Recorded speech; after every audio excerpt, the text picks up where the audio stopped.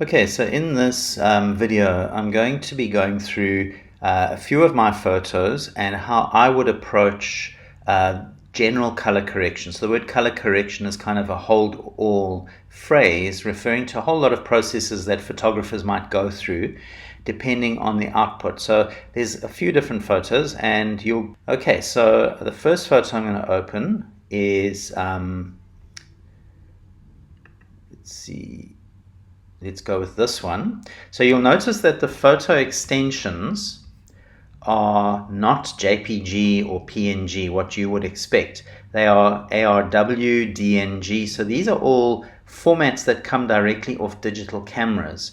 So all digital cameras, serious high quality digital cameras like Canon and Nikon and Sony, have a proprietary file format that shoots photographs in what's called the RAW format. So RAW means it's unprocessed on your camera. So the photo might actually not look that great when you open it in Photoshop, but it's the raw data that gets captured by your sensor on your camera, so without any processing. And that's quite important, because if you save your images from your digital camera or DSLR in, say, JPEG format, what happens is your camera does some pre-processing and formatting before it supplies it to you for further editing, and so you're getting some kind of a double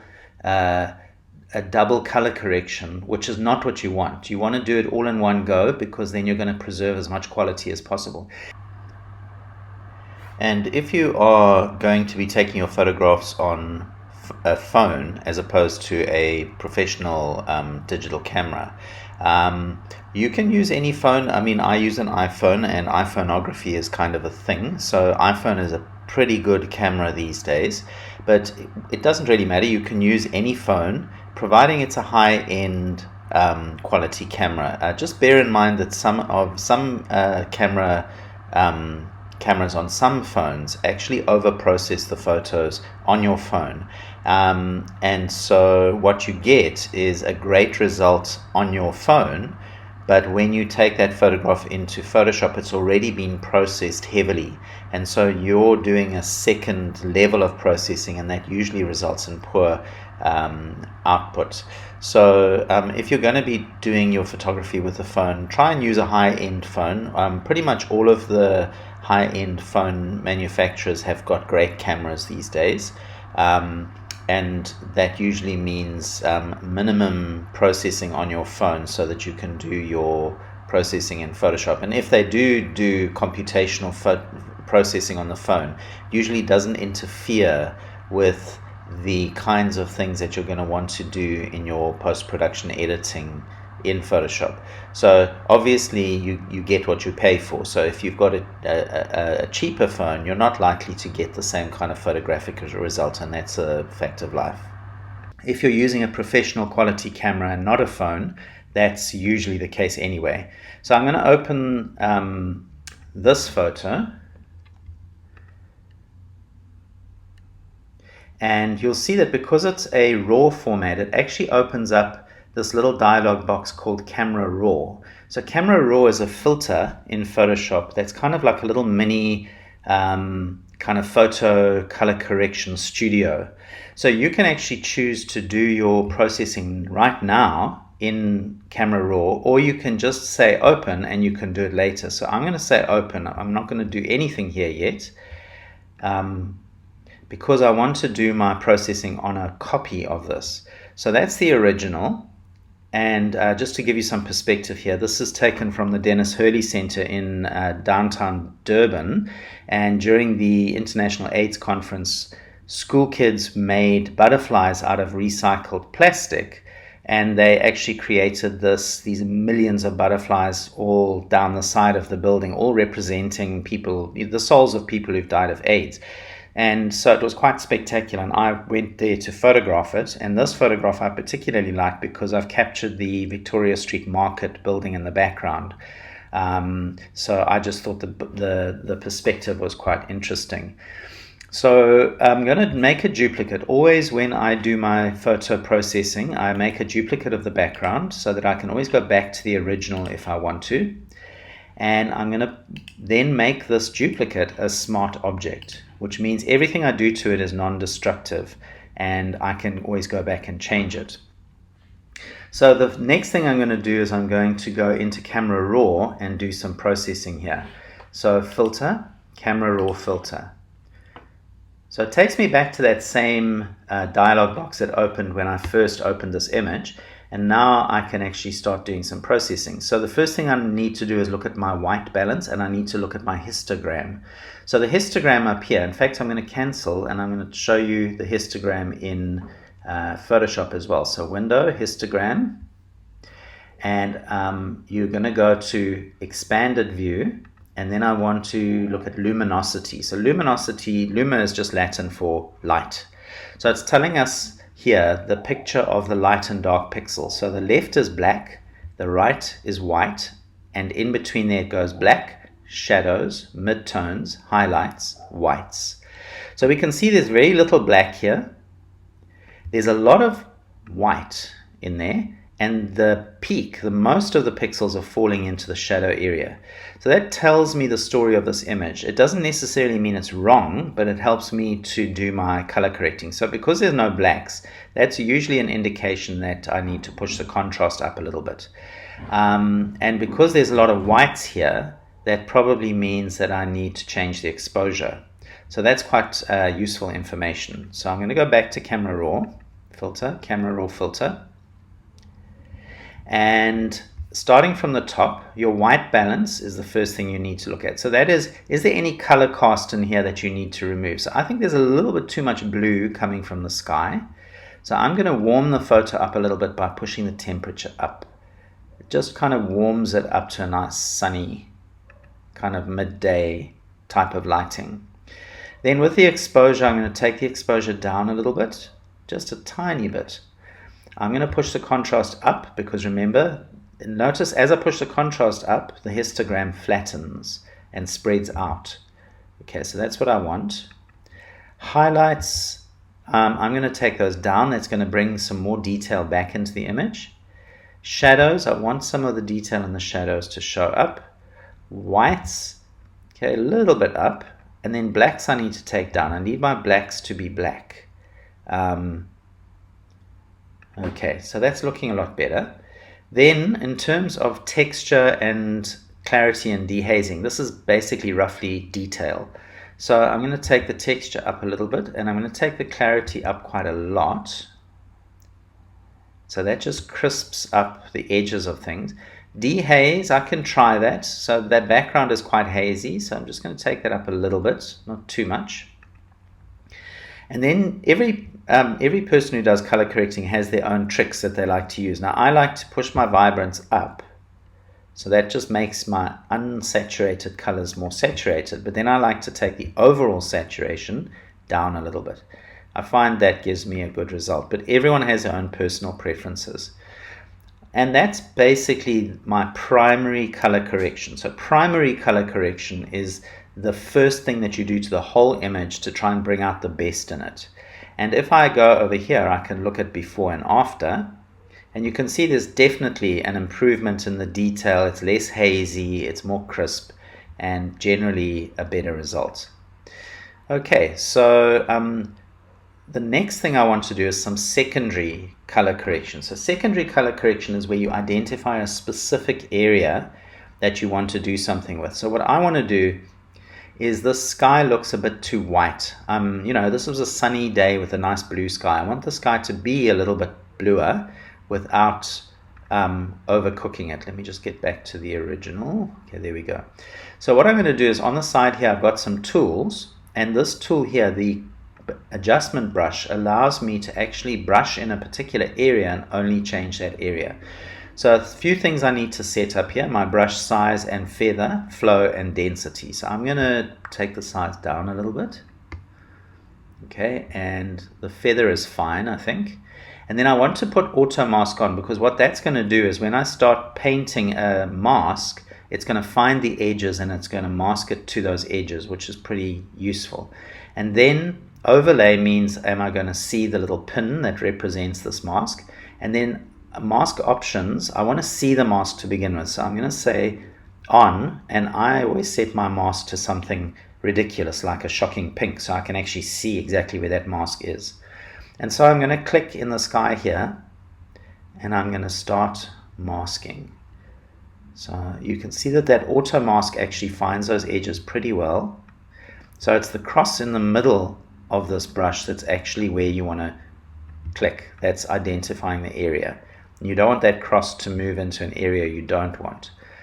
Okay, so I've got actually a pretty good selection of the sky and those kind of hazy buildings in the background. It's not perfect, but it'll work for me. Okay, that was too far there, so I'm going to hold down Alt and just subtract a little bit there.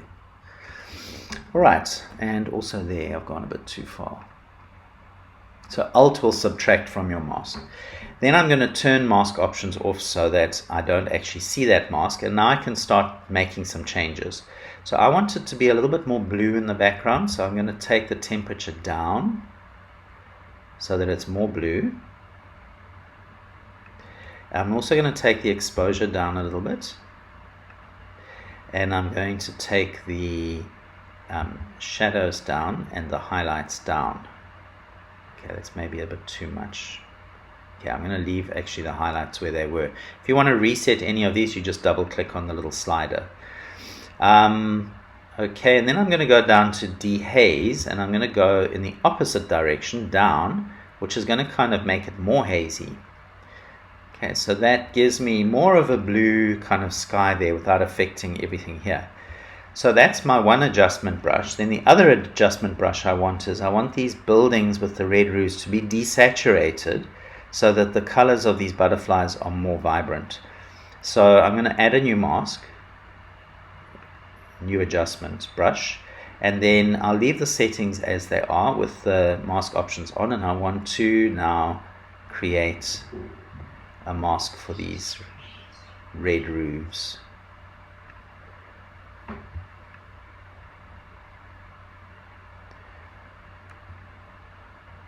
Okay, and also some of this pink down here.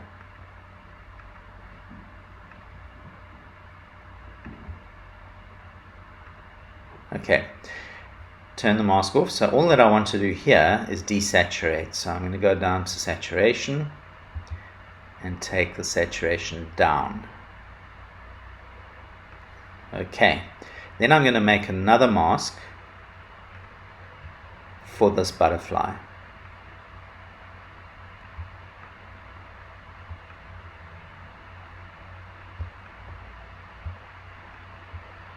Okay.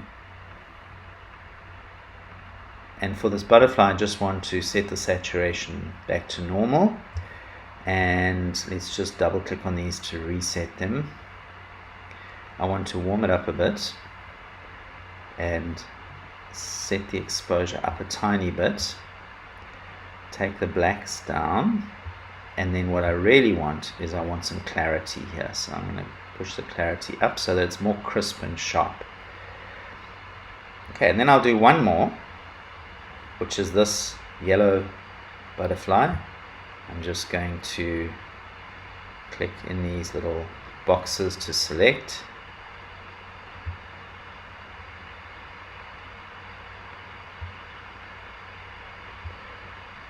Okay, and what I want to do is set the saturation up so that it's more yellow, more saturated. And I'll also do the same for this pink here. Let's take this. So it's actually adding to that same mask because I want the same saturation, but I don't want any dehazing. And I also just want to zero out these settings.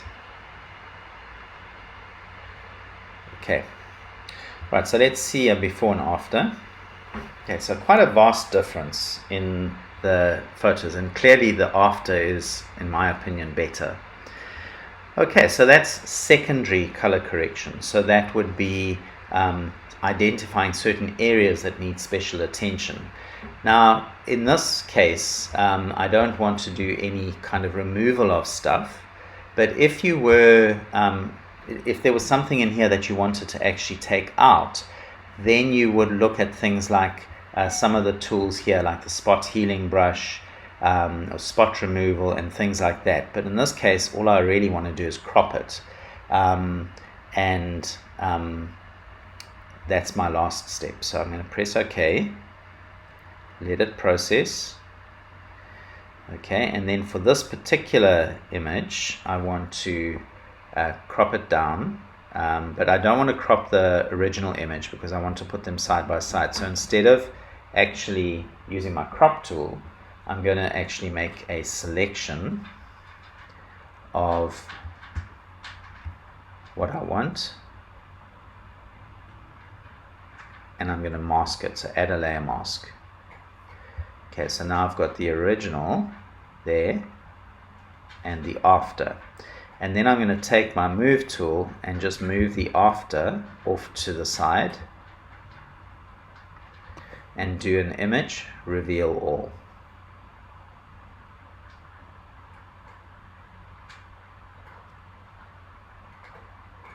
Okay, so now we can see the before and after, and you can clearly see that the after is more vibrant, it's got much more clarity, and it's an improvement. So that's a color corrected photo from start to finish. So that's one type of application of color correcting. Let's do another one. So this image, let's see what we've got here.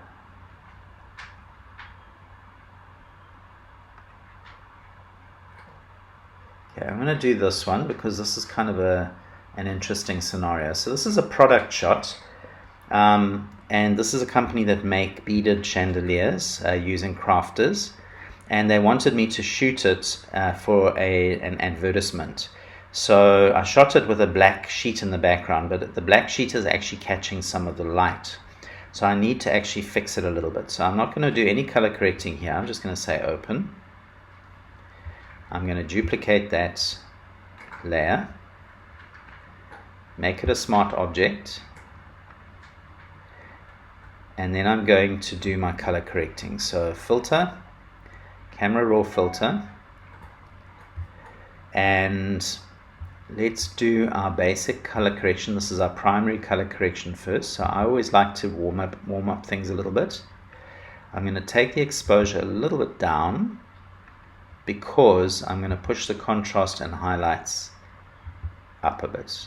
Actually, I think I'm going to take the exposure up a bit and push the highlights down so that I bring some of that detail back. Shadows up a tiny bit. Whites doesn't really make much of a difference. Take those up a bit, push the blacks down. Clarity is very important here, so I'm pushing the clarity up, and the texture. Vibrance, this is a very vibrant piece. I want it to be quite saturated, and it's also for a print advert. So when you're doing color correction for print, you generally have to saturate things a bit more than you would for digital, and you also have to increase the contrast a little bit. Okay, so that's my primary color correction. Now the secondary color correction is this black sheet in the background. I want to get rid of that.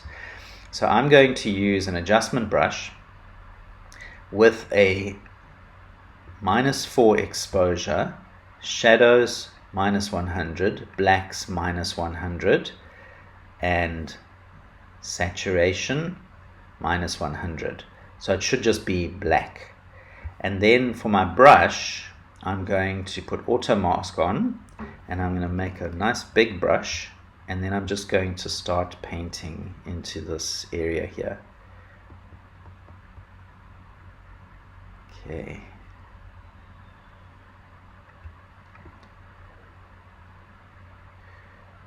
Okay, so that's done.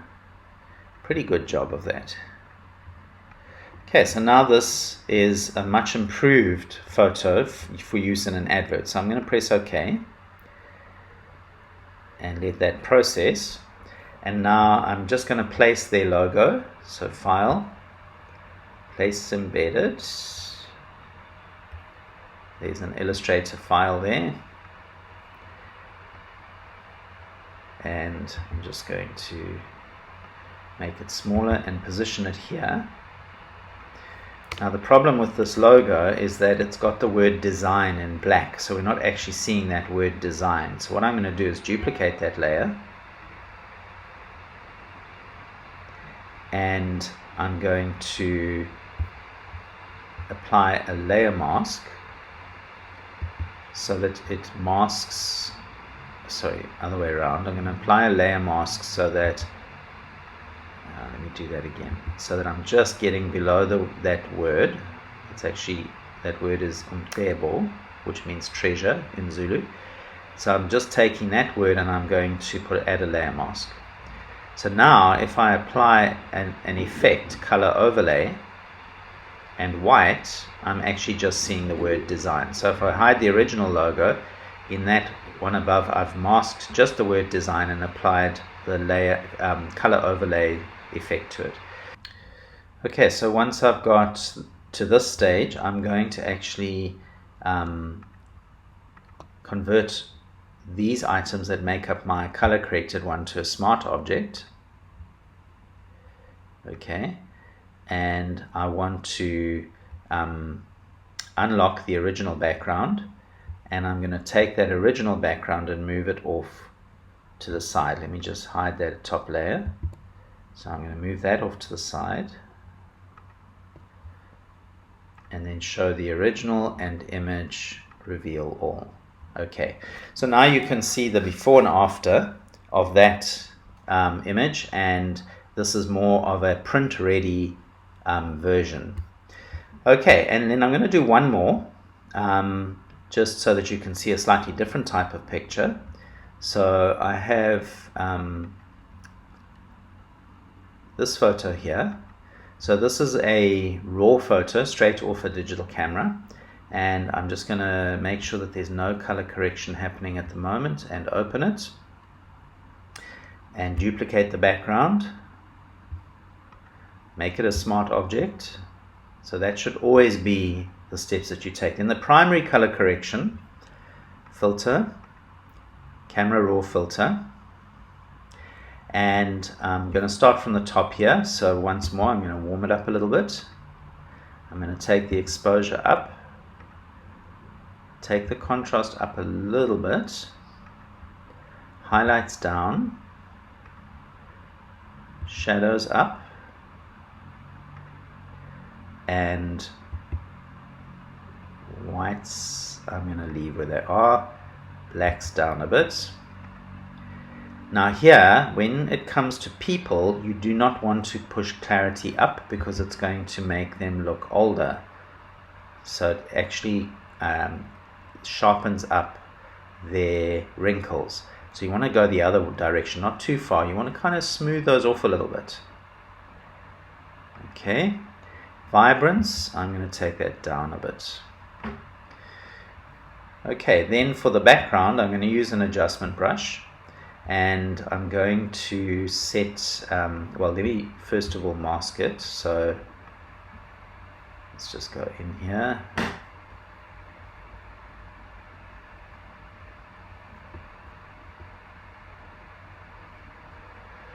And then Alt just to take away from there.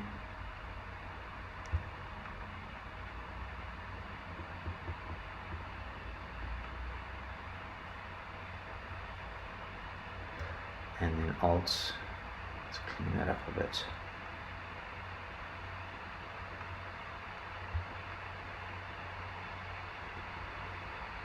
Whoops, too much.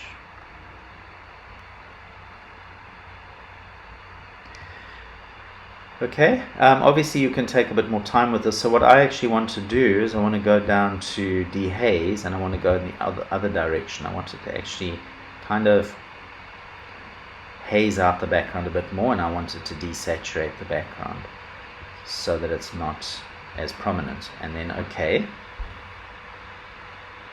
So from here, what you can do if you want to do further color correcting, so that's been my primary and secondary, but now I just want to do a little bit more photographic editing. So I'm going to make I'm going to rasterize this, sorry. So that's a destructive process.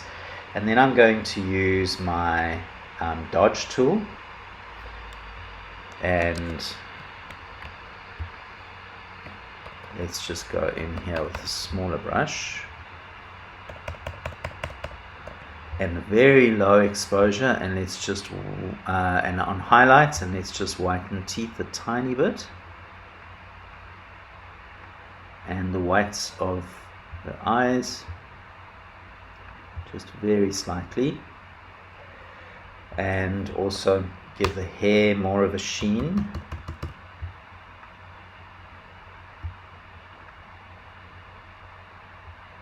Maybe push that up a little bit.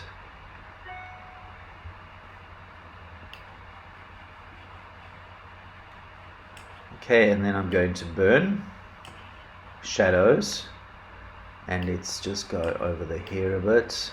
Okay, and a little bit over the eyes and glasses. Okay, a little bit over the t-shirt.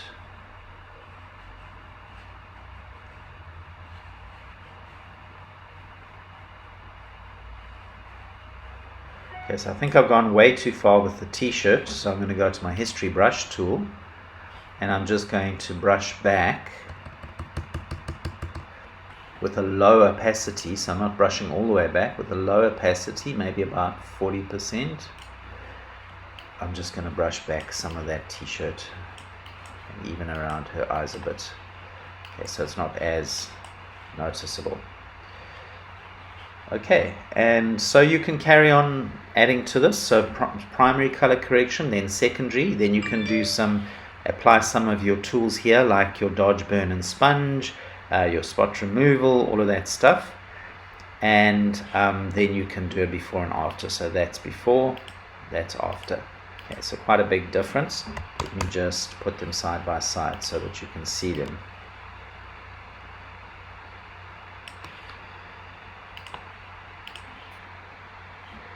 Alright, so I hope this video gives you some idea of the process of color correction. So primary adjustments, secondary adjustments, creative adjustments, cleaning up, and compositing, and so on. So I haven't done any compositing here, but we've done plenty of that in previous exercises.